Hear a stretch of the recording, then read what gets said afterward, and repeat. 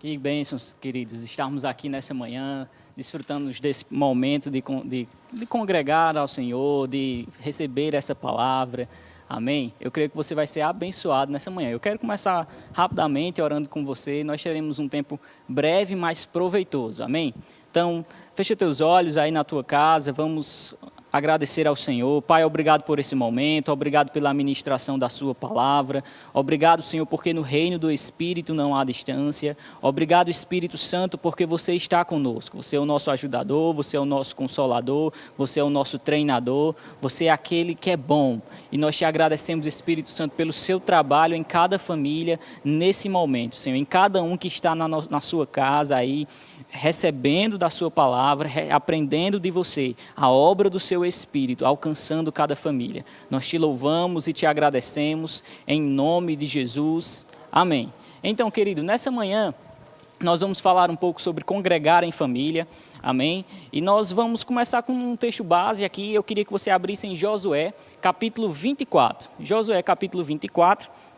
Vai falar um pouquinho daquele famoso versículo que a gente já leu várias vezes nos cultos e que vai ser uma bênção para nós nessa manhã também. Diz assim, ó: se porém não lhes agrada servir ao Senhor, escolham hoje a quem irão servir, se aos deuses que os seus antepassados serviram, além do Eufrates, ou aos deuses dos amorreus, em cuja terra vocês estão vivendo. Mas eu e minha família serviremos ao Senhor. E eu quero que você fique com essa parte desse texto. Mas eu e minha família serviremos ao Senhor. Então, veja só, no contexto desse capítulo, Josué ele reuniu o povo, reuniu os anciãos naquela situação, e eles se apresentaram ao Senhor. E quando eles se apresentaram ao Senhor, Deus começou a usar a boca de Josué para falar para aquele povo. Então Josué começou a ser usado e interpretar aquilo que Deus estava dizendo. E aí no contexto o Senhor foi dizendo, olha, sobre toda a trajetória deles, do momento em que eles saem do Egito ao momento em que eles chegam ali naquela terra e estão naquele lugar. E o Senhor começa a dizer, olha, eu tirei vocês do Egito, eu tirei vocês naquela situação do Mar Vermelho, levei vocês a tal cidade, a tal lugar, dei tal cidade a fulano, lutei por vocês contra os inimigos, e fiz os espelhos atacarem os inimigos, e vai dizendo várias obras grandiosas que o Senhor fez. E no versículo 14, Josué, ele vai dizer o seguinte, ó, agora Josué começa a falar: agora temam ao Senhor e sirvam-no com integridade e fidelidade. Joguem fora os deuses que os seus antepassados adoraram, além do Eufrates e no Egito, e sirvam ao Senhor. Então Josué ele vai dar aquela instrução àquela igreja, aquela instrução àquele povo, né? Temam ao Senhor, joguem aquilo que não preste e sirvam ao Senhor com integridade e fidelidade de coração. E aí ele continua: se vocês, porém, não lhes agrada servir ao Senhor, escolham hoje a quem irão servir, se aos deuses dos seus antepassados, ou se aos deuses dos amorreus na terra em que vocês estão vivendo hoje. Mas eu e minha família serviremos ao Senhor. Então Josué ele pega aquela instrução que ele está dando, sirvam ao Senhor com interesse de coração, e ele expande para ele o sentido daquilo que ele quer dizer. E aí ele vai dizer, não somente eu, mas eu e minha casa estaremos servindo ao Senhor, estaremos comprometidos com a obra do Senhor. Daremos a nossa vida por essa obra do Senhor. Amém? E eu acho interessante porque ele não só deixa nele, ele expande para a família. E ele poderia, querido, ter dito muita coisa nesse contexto. Eu e minha família seremos abençoados pelo Senhor. Eu e minha família estaremos aqui no templo do Senhor. Eu e minha família estaremos experimentando o poder de Deus. Mas ele coloca a família dele no sentido de envolvimento com a obra, de envolvimento com aquilo que o Senhor estava fazendo. E esse envolvimento, querido, isso revela um congregar em família. Amém? A palavra servir aqui nesse texto, ela vai ter dois significados no texto original do hebraico.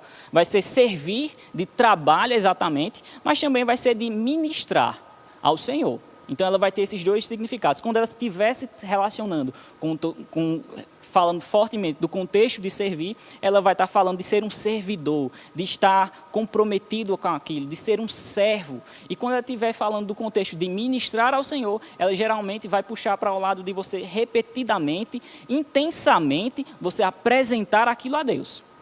Amém? É a mesma palavra que é utilizada quando vai falar de Samuel, que ele servia ao Senhor diante do profeta, do sacerdote no templo. Amém? Aleluia. Então, vê só que coisa poderosa. Se a gente juntar esse serviço, com esse trabalho, com essa ministração ao Senhor, vai dar o nosso congregar. E é importante que a gente tenha esse entendimento de congregar dessa forma. Amém? Quando você vem para a igreja, você levanta suas mãos, você ora, você recebe da palavra, você é aconselhado pelo seu irmão, você exorta ele. Esse relacionamento, essa comunhão aqui, essa ministração, esse serviço espiritual, vai ser esse serviço. Mas quando você vem para a igreja e também se envolve, também entra num departamento e faz uma obra ali de ação social, e se envolve num evento, e vai para uma cruzada e faz alguma coisa, isso também é servir, isso também é congregar. Amém? Espero que você esteja sendo abençoado e esteja aprendendo aí na sua casa e anotando tudo.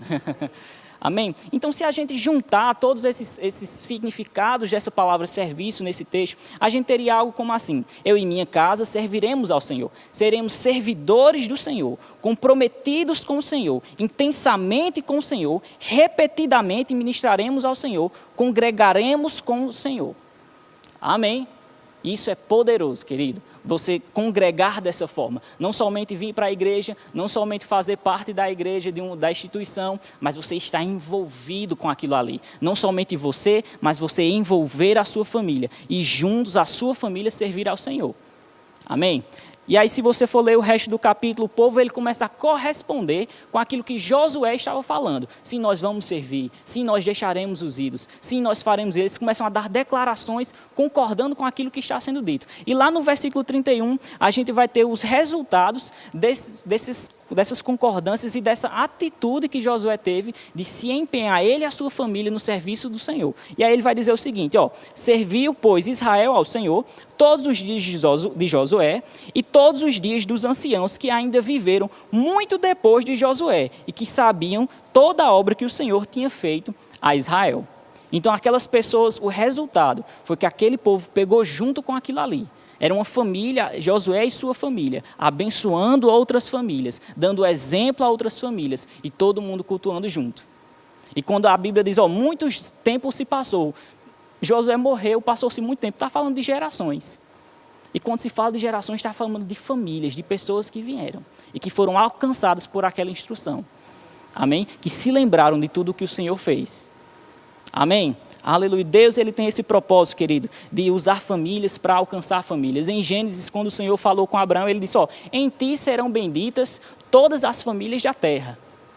Ele estava dizendo, pela sua família, pela sua hereditariedade, pelas pessoas que vão vir de você, vai ser bendito todas as famílias da terra. E veio Abraão, e veio Isaac, e veio Jacó, e foi vindo e foi dando essa descendência, e as pessoas foram sendo impactadas. Amém? É importante, querido, que a gente não somente esteja meio envolvido, meio congregando. Né? Nós iremos voltar para esse lugar maravilhoso que é a nossa igreja. E vai ser uma grande bênção quando nós nos reunirmos. Mas se você, durante esse tempo, antes da pandemia, você estava meio em cima do muro, meio indeciso, você agora vai voltar decidido. Rapaz, eu vou me envolver e eu vou dar a minha vida nisso aí. Porque isso faz a diferença. Os filhos, queridos, vão seguir os seus exemplos, os exemplos dos pais. Amém? A criança vai aprender sobre o exemplo. Se você é alguém que é maravilhoso a gente assistir uma partida de futebol e tudo, se você vai, fica de noite até tarde no campo, maravilha. Mas se você no outro dia não tem vontade de vir para a igreja, que tipo de exemplo a gente está dando? Não é verdade? O seu filho vai olhar um dia e ele vai entender que aquela partida é mais importante do que ele vir para o culto no outro dia. Não é assim? Entendeu? Então é importante que a gente pegue junto. Não negligencie também a sua casa por causa de um serviço. Essa também não é a vontade de Deus. Você conquistar tudo, fazer tudo, e você não dá apoio à sua família. Ezequias foi um homem poderoso, um homem maravilhoso na Bíblia. Lá em 2 Reis, entre os capítulos, em 2 Reis, no capítulo 20 e no versículo 19, vai ter o desfecho de Ezequias, mas se você ler o capítulo 18 e 19, vai contar a história dele. E disse que ele fez o que foi aprovado diante do Senhor. E ele deitou os ídolos fora, fez coisas que Davi fazia, Deus deu vitória a Ezequias diante dos assírios, e foi uma coisa poderosa. Um dia Ezequias ficou doente, e o profeta disse a ele, olha, ajeita a tua casa, porque você vai morrer. E aí Ezequias chorou, ele se arrependeu, ele orou ao Senhor, Senhor, eu tenho servido a você com fidelidade e tudo mais. E o Senhor foi lá e disse, sua situação vai ser revista e você vai ter 15 anos a mais aí para você viver.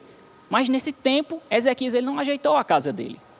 Ele viveu e quando ele recebeu a instrução final do Senhor, lá no versículo 19, ele disse, e a instrução era que aquela situação, iria vir uma situação sobre Israel, coisas iriam ser tiradas daquele povo, a família dele serviria como eunucos nos palácios da Babilônia, e ele disse, bom demais, nenhum mal me acontecerá nos meus dias. Ele não pensou naquela posteridade. E quando é no capítulo 21 que Manassés entra para assumir o reinado, desfaz tudo o que Ezequias fez. Amém? Então não só serve, não só vem você, envolve a tua família. Amém? Envolve as pessoas. E aí eu quero te dar o outro extremo e a gente vai fechando o nosso raciocínio nessa manhã. Também não usa a tua família como um pretexto para você não servir. Não, não vou para a igreja não porque hoje tem isso. Não, não vou participar desse evento não porque tem aquilo. Não, não vou fazer isso não porque tem isso. Não, envolve, querido. É os dois juntos crescendo na palavra do Senhor. Quando Paulo ele passou fazendo a sua viagem, ele passou pela casa de Filipe, disse que Filipe tinha 4 filhas virgens e cheias e que profetizavam. Sabe o que isso significa? Que aquelas meninas eram ensinadas e elas eram cheias do Espírito. E existia um exemplo ali da vida dos pais, da vida de Filipe. Então, congregar em família, servir e se comprometer com essa obra, querido, vai fazer toda a diferença para você. Amém? Aleluia. Aleluia. Jesus amado, o tempo vai-se embora. Mas, querido, eu creio que você está sendo abençoado. Amém? E eu só quero te incentivar essa manhã sobre o valor, queridos, o quanto é precioso estar na igreja local. Eu vou falar para você, uma das maiores alegrias que eu tenho é ter nascido de novo, ainda na minha infância, e ter passado a infância, a adolescência e a juventude na igreja local. E eu sou tão grata, irmãos, porque eu não perdi o foco nem o propósito, por conta da palavra implantada no solo do meu coração. E eu dou graças a Deus pela vida dos meus pais, porque de fato era o meu pai que toda reunião, e eram muitas reuniões, porque eu estava em todos os departamentos, que me levava, me buscava, todos os eventos, irmãos, acampamentos, viagens, encontros, os meus pais estavam investindo financeiramente. E eu lembro, queridos, eu queria que você fosse abrindo sua Bíblia em Provérbios capítulo 22, versículo 6. Enquanto você vai abrindo, eu vou comentar algo com você.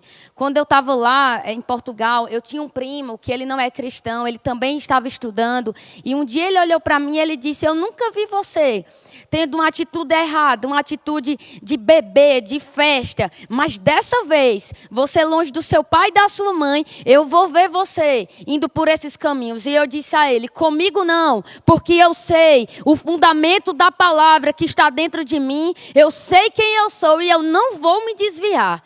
Sabe, irmãos, é importante que você ensine os teus filhos a congregar o valor de estar debaixo de uma igreja, de uma liderança espiritual. Provérbios capítulo 22, versículo 6, falando sobre o poder de congregar, a importância de ouvir a palavra, a Bíblia diz assim, ensina a criança no caminho em que deve andar, e ainda quando for velho, não se desviará dele. Irmãos, no caminho está falando de você acompanhar, compartilhar, lado a lado, junto, caminhando juntos para um lugar, para uma direção. Não está dizendo de apenas dar conselhos, mas também demonstrar as palavras e os conselhos por meio de demonstrações de atitudes, de ações correspondentes. Porque eu vou te falar, talvez em certos momentos teus filhos possam não prestar atenção às palavras que estão saindo da sua boca, mas com certeza eles estão prestando atenção ao teu exemplo. Irmãos, eu vi muitas vezes painho vindo para o culto de oração, mesmo quando manhã não podia vir com ele. E ele vinha sozinho, estava tudo certo, estava resolvido para ele. Muitas vezes eu vi painho tendo essa prática. Então, queridos, as tuas ações, os teus exemplos estão trazendo para os teus filhos, para os teus netos, ponto de referência. Agora eu preciso te dizer que esse texto aqui ensina a criança no caminho, no hebraico, irmãos. Na educação hebraica está falando de pais, tutores, que são responsáveis pela formação moral de uma criança. O que é a moral? Moral é uma conduta, moral é um caráter, é uma questão de princípios e de valores. Sabe, irmãos, os pais, a família são responsáveis em criar um caráter, uma moralidade, uma capacidade de discernir o certo e o errado nos seus filhos, de maneira tal que mesmo quando seus filhos passem por pressões, eles vão lembrar do fundamento da palavra e vai ser tão quanto está escrito. Quando foi velho, não se desviará deles. Eu vou te dizer, na minha casa nós valorizamos tanto, irmãos, o valor da família, as nossas escolhas de estar na palavra, que em certos momentos que adversidades vieram sobre a minha vida, que até mesmo pensamentos de desistir vieram na minha mente, eu sempre pensei nos meus pais e nos meus irmãos. Eu sempre pensei, eu não posso comprometer o futuro dos meus irmãos, porque eu estou em uma aliança com eles. Eles estão prestando atenção na minha vida. Irmãos, não comprometa o teu futuro negligenciando a igreja local. Às vezes as pessoas dizem, por que a igreja local é tão importante? Porque a igreja, irmãos, é o lugar onde você vai aprender os princípios fundamentais da palavra de Deus. Você só pode ensinar aquilo que você está aprendendo. Eu só posso te ensinar algo se eu estiver aprendendo. E é na igreja, na eclésia. Sabe o que significa igreja, irmãos? Eclésia. É um grupo de pessoas que foi ajuntado, chamado por Deus para fazer a diferença na sociedade. Sabe, nós vivemos uma geração. Vai te dando aí seu glória a Deus, o tempo está passando, mas a gente está chegando lá. Irmãos, nós vivemos uma sociedade onde tantos princípios têm sido quebrados, submissão, autoridade. Os adolescentes e os jovens não sabem mais, não têm mais certeza da sua própria identidade. Mas o fato é que Deus vai levantar as nossas famílias para iluminar o Brasil e o mundo com a palavra de Deus. E onde houver, irmãos, princípios sendo quebrados por conta da tua palavra firmada na rocha, a palavra vai salvar, vai salgar, vai iluminar a vida dessas pessoas. Sabe, irmãos, o tempo está passando, mas eu quero te dar 2 exemplos de famílias que congregavam. A Bíblia diz, queridos, em Lucas capítulo 2, versículo 41 a 51, você lê em casa. E Lucas capítulo 4, versículo 16, que Jesus, todos os anos, José e Maria levavam Jesus para a festa da Páscoa em Jerusalém, todos os anos. Eles voltaram para casa, esqueceram de Jesus. E onde é que Jesus estava, irmãos? No templo. Você pode dizer, Jesus estava no templo porque aquilo ali era o propósito de Deus. Sim, há o aspecto do propósito. Mas Jesus estava no templo porque o templo era um ambiente comum, essencial para a educação e o crescimento de Jesus. Irmão, Jesus, o Filho de Deus, foi treinado por José e por Maria para cumprir o propósito que Deus tinha para a vida dele. E Lucas capítulo 4, versículo 16, diz que era costume de Jesus frequentar a sinagoga. Quem levou Jesus nos primeiros anos? José e Maria, que desenvolveram aquele hábito, aquele costume. Amém? Outro exemplo maravilhoso que eu vou te dar, e eu queria que você já fosse abrindo sua Bíblia, é em 2 Timóteo, capítulo 3. Eu me inspiro muito na vida de Timóteo, queridos. Ele é realmente um jovem maravilhoso. Eu não sei se você sabe, Timóteo, ele era pastor de uma das maiores igrejas da igreja primitiva, a igreja de Éfeso. Um jovem exemplar, que foi encontrado por Paulo na sua segunda viagem missionária. Você vai encontrar esse texto lá em Atos, capítulo 14. Um rapaz diferenciado. Paulo tinha sobre Timóteo um cuidado de um pai espiritual, um pai ministerial. Mas, palavras de Paulo, Paulo disse que a fé genuína que habitava em Timóteo era a mesma fé que estava na sua avó, Lloyd, e na sua mãe, Eunice. Você pode ver esse texto lá em 2 Timóteo, capítulo 1, versículo 5. Você anota e mais na frente você abre. Paulo diz, olha, Timóteo, eu tenho orado por você e eu desejo me encontrar contigo, porque eu tenho uma recordação da tua fé genuína, que primeiramente habitou na tua avó, na tua mãe e agora em você. Sabe, irmãos, costume de casa vai à praça. O melhor costume que você pode imprimir, incutir, reproduzir, criar, estimular nos teus filhos é a importância da igreja local. quando chega em 2 Timóteo, capítulo 3. Deixa eu só abrir aqui que vai ficar mais rápido. Você abriu ou não, né? Mas aí você vai ter paciência e a gente vai chegando lá. No versículo 15, olha que coisa maravilhosa. Irmãos, é interessante. Nesse momento, Timóteo estava vivendo um tempo de pressão. Ele já chegou na vida adulta. Lembra que nós lemos lá em Provérbios capítulo 22, você vai ensinar e a criança não vai se desviar. Pronto, ele agora estava na sua vida adulta, sofrendo pressões. Palavras de Paulo. 2 Timóteo capítulo 3, versículo 14. Tu, porém, permanece naquilo que aprendeste e de que foste inteirado, sabendo de quem o aprendeste e que desde a infância sabes as sagradas letras que podem tornar-te sábio para a salvação pela fé em Cristo Jesus. Toda a Escritura é inspirada por Deus e útil para o ensino, para a repreensão, para a correção, para a educação na justiça, a fim de que o homem de Deus seja perfeito e perfeitamente habilitado para toda boa obra. Preste atenção, irmãos. Paulo está dizendo a Timóteo: Timóteo, olha, você pode estar passando um tempo de pressão, mas eu quero te lembrar que desde a sua infância você recebeu a palavra de Deus. O fato, irmãos, é que Timóteo frequentava a igreja de crianças. Depois a igreja dos adolescentes, dos jovens, dos adultos, querido. Você está ganhando quando você investe nos seus filhos. E ainda quando as adversidades venham, irmãos, eles não vão desistir daquilo que Deus começou na vida deles. Envolva seus filhos, envolva sua família. Não apenas isso, crie momentos de oração na sua casa. Toda semana nós nos reunimos uma vez na semana para orar pelas nossas autoridades espirituais, governamentais, pelos nossos parentes que não conhecem o Senhor. E lá em casa, a maninha que está ali sentada, ela tem um hábito que é assim: se o quarto está bagunçado é porque você não está orando. Se não lavou a louça logo é porque não está orando. Querido, qualquer coisa que está fora do lugar lá em casa é porque você não está orando. Sabe, irmãos, eu vou encerrar com isso aqui. A Bíblia diz, Salmos capítulo 133... Quão bom e quão suave que os irmãos vivam em união, em unidade. E quando há unidade, Deus vai derramar o seu óleo sobre o cabeça e vai escorrer sobre todo o corpo. E essa unidade também será como o orvalho de Hermon.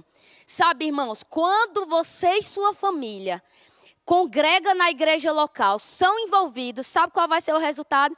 Crescimento espiritual, maturidade, uma firmeza na palavra, de maneira tal que vocês em família vão pensar as mesmas coisas e vão falar as mesmas coisas. E nos momentos de decisões, a razão não vai prevalecer. Vai prevalecer a palavra, não vai prevalecer argumentos, não vai prevalecer informações extras, vai prevalecer a palavra. E o resultado, queridos, é que vai vir sobre a sua casa e sobre a sua família a unção de Deus que despedaça todo jugo. E você sabe o que significa o orvalho do Hermon? Fala de um lugar de descanso. O Hermon, que é o Monte Sião, no início do monte é uma terra seca, mas o orvalho escorre, molha aquela terra. E ali aquela terra começa a frutificar, a florescer. Irmãos, eu não sei qual é a pressão que você está passando.